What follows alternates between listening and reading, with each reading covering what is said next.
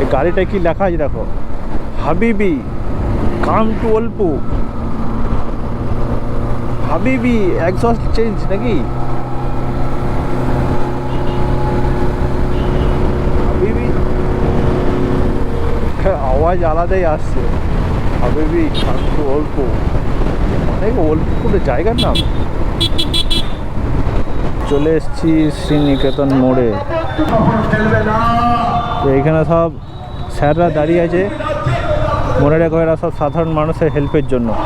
শ্রীকমপুর Shahpur road 1.5 kilometre.